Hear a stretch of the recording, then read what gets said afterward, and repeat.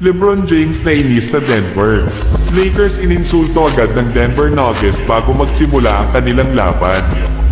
Nag-celebrate muna ang team ng Denver.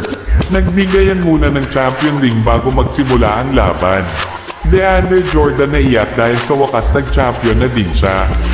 Naunahan pa niya ang kanyang partner dati na si Chris Paul, habang ang kasama niya sobrang saya dahil first time sa kanila mag-champion. Sobrang solid ng mga champion ring.